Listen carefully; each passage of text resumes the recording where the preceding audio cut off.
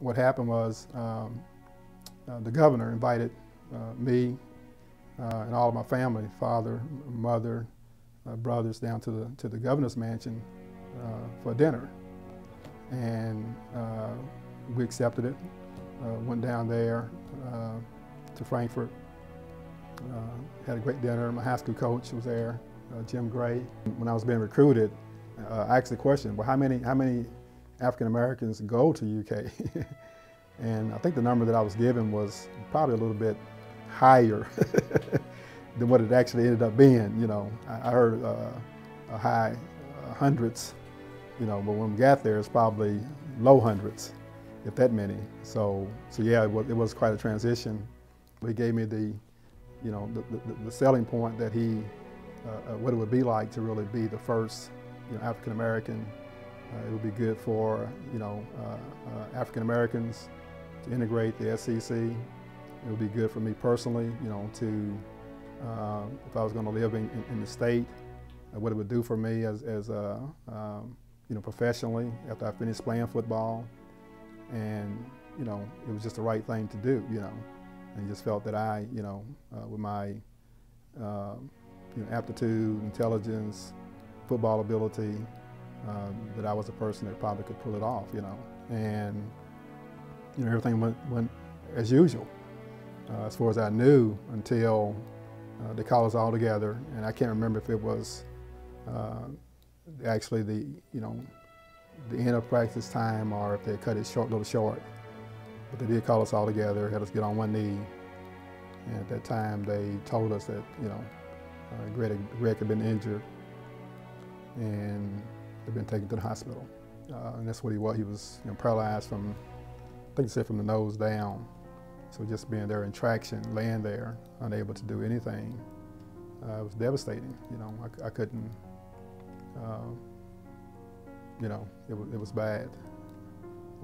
I was glad that I was able to see him, you know, and you know, I'm thankful really for that opportunity to do that.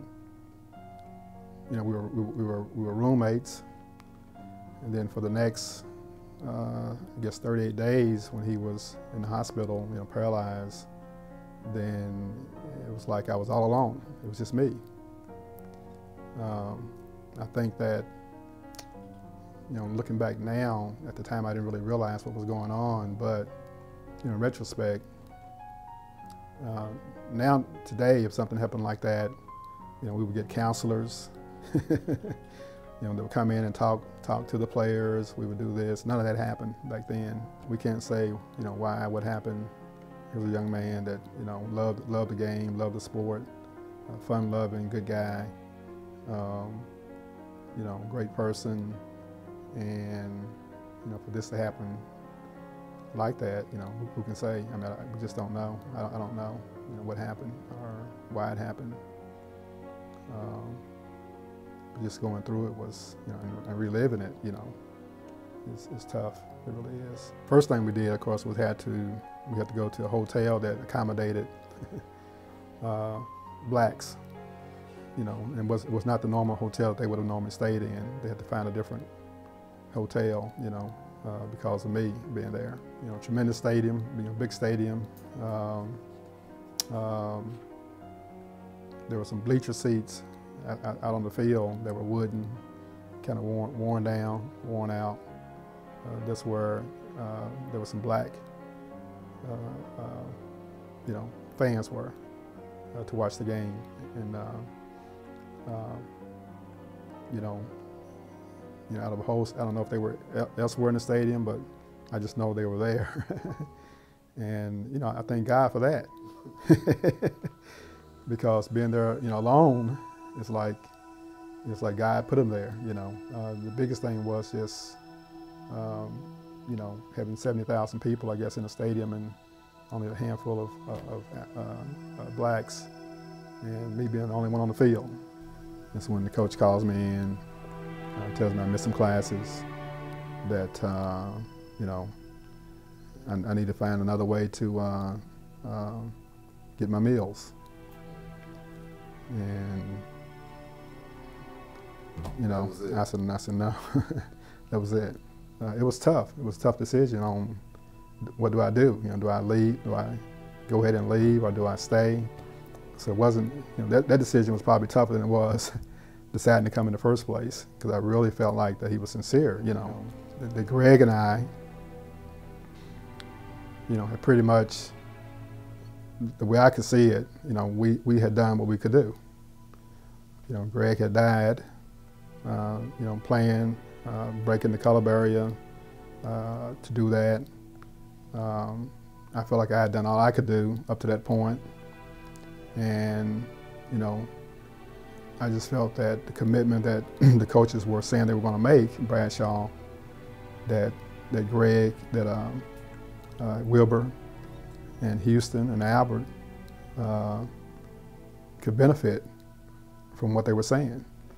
So even though I would not be able to take part in it, I felt like they could go on and make it, together. If Greg had lived, then I think we would have made it. I guess the reason I was pretty quiet about everything was I felt like it was, something that happened. It was a historical event that took place. I kind of see it a little bit differently now than I did back then. The older I get, the more amazed I am that it really even happened, that it took place, and the magnitude of what happened. To look at the SEC today, and see the teams, the Mississippi, Alabama, Florida. I mean, it's unbelievable to think Auburn. To think that, when I was there and I went there, and Greg and I, Wilbur and Houston, that was not the case. Even when I signed, I didn't know it was going to be as big as it was.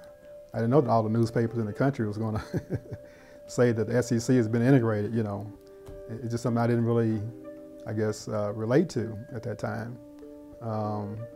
And to look at it now, it's much more significant now to me than it was, at that time, or even a few years ago. And you're right, to look at all the African American players that's doing that now. For me to look back and say that we were the ones that started that, it's almost unbelievable to me. And Greg, he gave his life. He loved the sport, and I'm sure that if he was here, he would not undo anything as far as him going to UK. And I'm glad that I went. I'm glad that I had that opportunity to do that, and I'm glad that we had an opportunity to open the door, for a lot of other players. Like I said, just a blessing. I'm thankful. Thankful to God, that He gave me that opportunity, gave me the talent, first of all, and gave me the ability that He gave, because it wasn't me. I know that, anything that I had or whatever I had was for a purpose, and I didn't know He was going to use me like this for that purpose, but He did, and I'm thankful for that, yeah.